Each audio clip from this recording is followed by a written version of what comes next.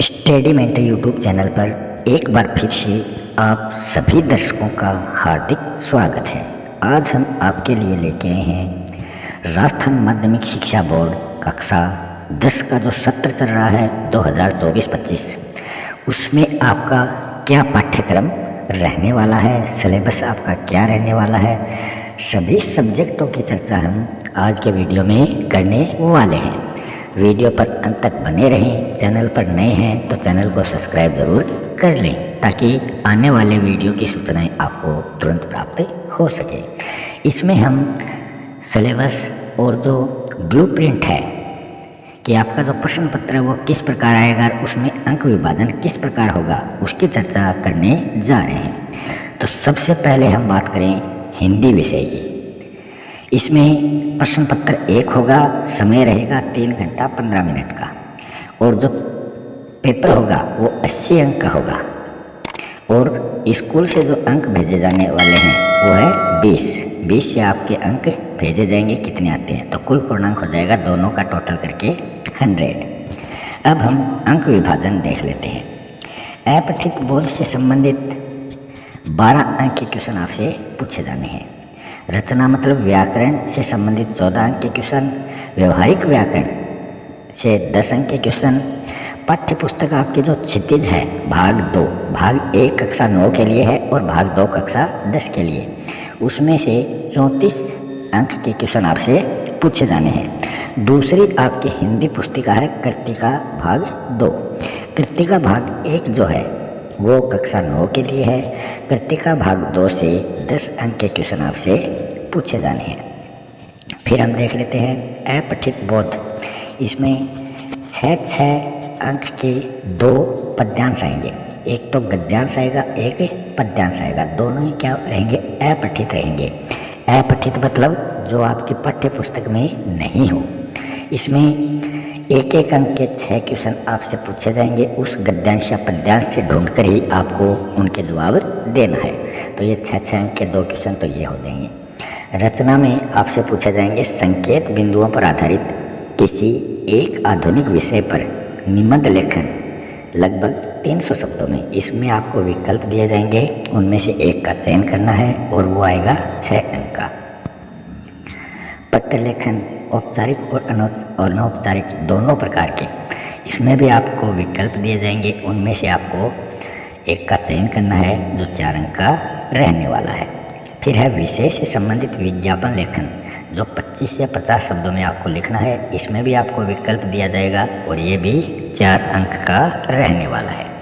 फिर हम बात करें व्याकरण वाले टॉपिक की। इसमें 10 अंक के क्वेश्चन पूछे जाने हैं।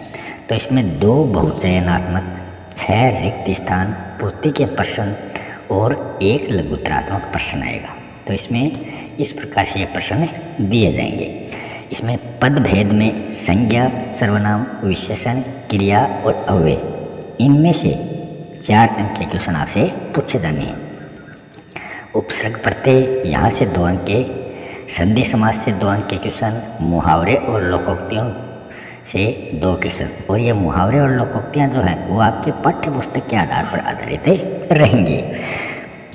तो आप देख सकते हैं व्याकरण से संबंधित अपने सभी टॉपिक जो हैं इस YouTube चैनल पर उपलब्ध हैं।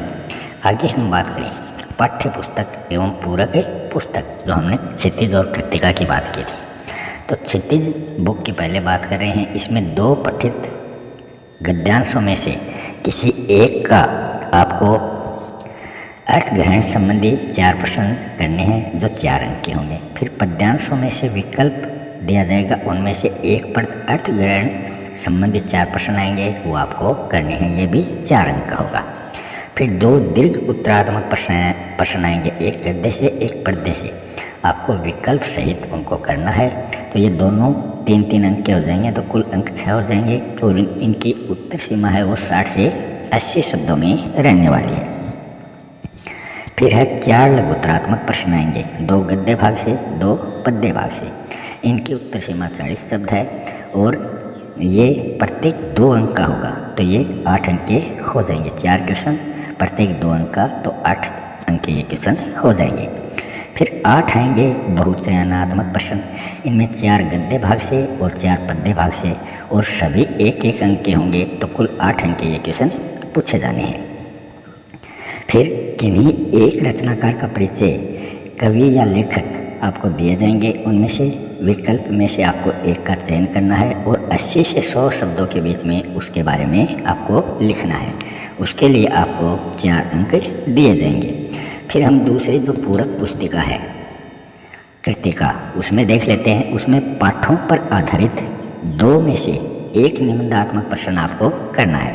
तो जो चैप्टर होंगे उनमें 2 क्वेश्चन आपसे पूछे जाएंगे, उनमें से आपको एक क्वेश्चन करना है और उसकी उत्तर सीमा 80 से 100 शब्द रहने वाली है और वो 4 अंक का होगा। मतलब ये 4 अंक से इसमें से क्वेश्चन पूछा जाएगा। फिर 2 लघुत्तरात्मक प्रश्न पूछे जाएंगे, 40 शब्द इनकी उत्तर सीमा रहेगी और ये दोनों 2-2 अंक के रहेंगे, तो ये भी 4 अंक का रहने वाला है। 2 बहुचयनात्मक प्रश्न होंगे और वो 1-1 नंबर के होंगे, तो ये 2 अंक के ये क्वेश्चन हो जाएंगे। इस प्रकार हमने 80 अंकों का विभाजन देख लिया है। अब चलते हैं हम अगले सब्जेक्ट की ओर। अगला है अपना इंग्लिश का। इसमें वही रूपरेखा रहने वाली है और जो अंक विभाजन है वो भी आप देख सकते हैं कहाँ से क्या पढ़ना है आपको। इस सिलेबस के अकॉर्डिंग ही आपको तैयारी करनी है। ग्रामर से संबंधित अपने टॉपिक इस YouTube चैनल पर आपको मिल जाएंगे और मैथमेटिक्स से संबंधित सारे जो चैप्टर हैं वो आपको इस YouTube चैनल पर अवेलेबल रहेंगे। अगले सब्जेक्ट की बात करें तो वो है साइंस। इसमें भी आप देख सकते हो यूनिट फर्स्ट में कौन कौन से चैप्टर हैं और उस चैप्टर में आपको क्या पढ़ना है, और यूनिट सेकेंड में कौन से चैप्टर हैं उनमें आपको क्या पढ़ना है, और सामने सभी का अंक विभाजन दे रखा है। Unit third, unit fourth, unit fifth, तो 5 यूनिट में ये बांटा गया है। अगला सब्जेक्ट सोशल स्टडी है। इसमें भी आप देख सकते हो यूनिट में सारे चैप्टर जो हैं वो बांटे गए हैं। आपको इनमें जो दिए गए टॉपिक हैं वही पढ़ने हैं, वही आपको याद करने हैं। इसमें भूगोल, इतिहास, अर्थशास्त्र सभी के लिए अलग अलग टॉपिक जो है वो दिए गए हैं। ये राजनीति विज्ञान के टॉपिक हैं, यहाँ पर ये अर्थशास्त्र के टॉपिक दिए गए हैं। फिर हम बात करें मैथमेटिक्स की, तो इसमें हम देखें तो इसमें भी इकाइयों के आधार पर आपके जो चैप्टर हैं वो दिए गए हैं। सभी चैप्टर इस YouTube चैनल पर बहुत ही सरल तरीके से आपको समझने को मिलेंगे। आप प्ले लिस्ट में जाकर ये सभी चैप्टर देख सकते हैं।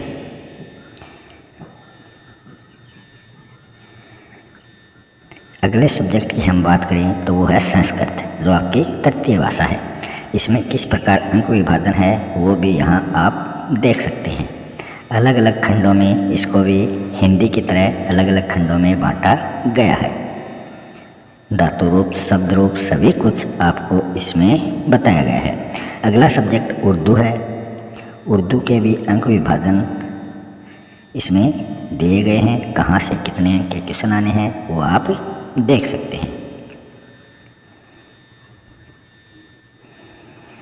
अगले सब्जेक्ट की बात करें वो गुजराती भाषा से संबंधित है। तो गुजराती भाषा का जो सिलेबस है वो स्क्रीन पर आपके सामने ये उपलब्ध है। अगले सब्जेक्ट की हम बात करें तो वो है सिंधी। तो सिंधी भाषा से संबंधित अंक विभाजन यहाँ पर दिए गए हैं। अगला सब्जेक्ट जो है वो पंजाबी भाषा से संबंधित है। इसमें अंक विभाजन और इसका सिलेबस यहाँ पर दिया गया है। फिर हम बात करें अगले सब्जेक्ट की। अगला सब्जेक्ट राजस्थान का इतिहास एवं संस्कृति है। इसमें भी आप देख सकते हैं चैप्टर में आपको क्या क्या पढ़ना है।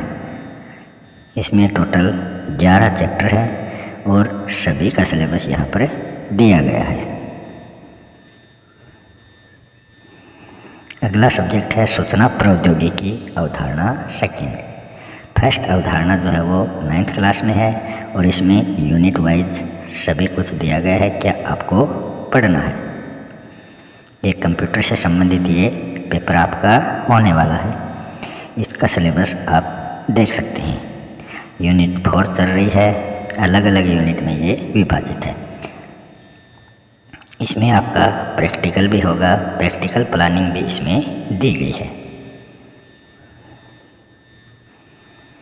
आगे हम बात करें, अगला सब्जेक्ट है समाजोपयोगी उत्पाद कार्य एवं समाज सेवा SUPW एंड CS। इसमें भी आपका अंक विभाजन और सिलेबस दिया गया है।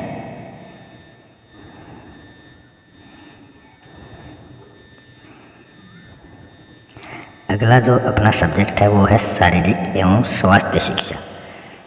इसमें भी आप देख सकते हो कौन से चैप्टर से कितने अंक के क्वेश्चन आने हैं और उसमें उस चैप्टर में आपको क्या क्या पढ़ना है वो सब कुछ आप सिलेबस के आधार पर देख सकते हैं। अगला सब्जेक्ट है कला शिक्षा। कला शिक्षा में आपको क्या क्या पढ़ना है वो सब कुछ यहाँ पर आपके सामने उपलब्ध है। इनसे हटकर आपको कुछ भी पढ़ने की ज़रूरत नहीं है। तो इस प्रकार सभी सब्जेक्टों के सिलेबस हमने देख लिए हैं। इसी के साथ ये वीडियो हम यहीं समाप्त करते हैं। मिलते हैं अगले वीडियो में एक नई सूचना के साथ। तब तक के लिए आप सभी का बहुत बहुत धन्यवाद।